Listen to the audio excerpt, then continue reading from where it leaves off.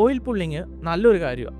നമ്മുടെ ADA American dental association ഇതിനെ ഒരു രീതിയിലും സപ്പോർട്ട് ചെയ്യുന്നില്ല. ബിക്കോസ് ഒരു എവിഡൻസ് ബേസ്ഡ് ആയിട്ടുള്ള റിസർച്ചോ അല്ലെന്നുണ്ടെങ്കിൽ നമുക്കൊരാളുടെ അടുത്ത് ഓക്കെ ഇങ്ങനെ ഒരു സ്റ്റഡി നടന്നിട്ടുണ്ട്, ഈ സ്റ്റഡിയിൽ ഇത്ര പേര് ഓയിൽ പുള്ളിങ് ചെയ്തു, അവരുടെ ഓറൽ ഹെൽത്ത് ഇംപ്രൂവ്ഡ് ആയി എന്ന് പറയാനുള്ള ഒരു സ്റ്റഡി നടന്നിട്ടില്ല. സ്റ്റഡി നടക്കാത്തതും റിസർച്ച് നടക്കാത്തതുള്ള എല്ലാ കാര്യങ്ങളും തെറ്റാണെന്ന് നമുക്ക് പറയാൻ പറ്റില്ലല്ലോ. എപ്പോഴാണ് നമുക്ക് സ്റ്റഡീസ് നടത്തും? ഇപ്പോൾ ഒരു വാക്സിൻ വരുന്ന സമയത്ത് അവർ സ്റ്റഡീസ് നടത്തും. കാരണം എന്താ?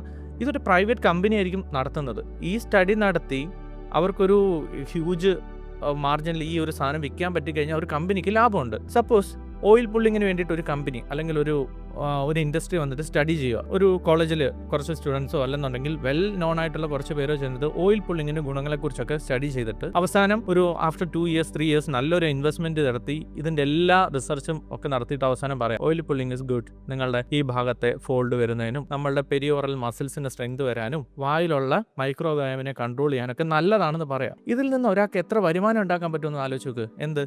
വിർജിൻ കോക്കനട്ട് ഓയിൽ മേടിച്ച് വായ കഴുകുക, ഒരു ടേബിൾ സ്പൂൺ എടുത്ത് വായിൽ ഒഴിച്ച് നല്ല പോലെ ഫ്ലഷ് ചെയ്യുവാണെന്നുണ്ടെങ്കിൽ നമ്മുടെ ഗം ഹെൽത്ത് ഇംപ്രൂവ് ആയെന്ന് പറയും. ഏത് കമ്പനിക്ക് ലാഭം ഉണ്ടാവും? റൈറ്റ്. അതുകൊണ്ട് അവരാരും സ്റ്റഡി നടത്തുന്നില്ല. നമുക്കൊരു റവന്യൂ കിട്ടുമെന്നുണ്ടെങ്കിൽ മാത്രമേ സ്റ്റഡീസ് നടക്കത്തുള്ളൂ, അല്ലെങ്കിൽ റിസർച്ചസ് നടക്കാറുള്ളൂ.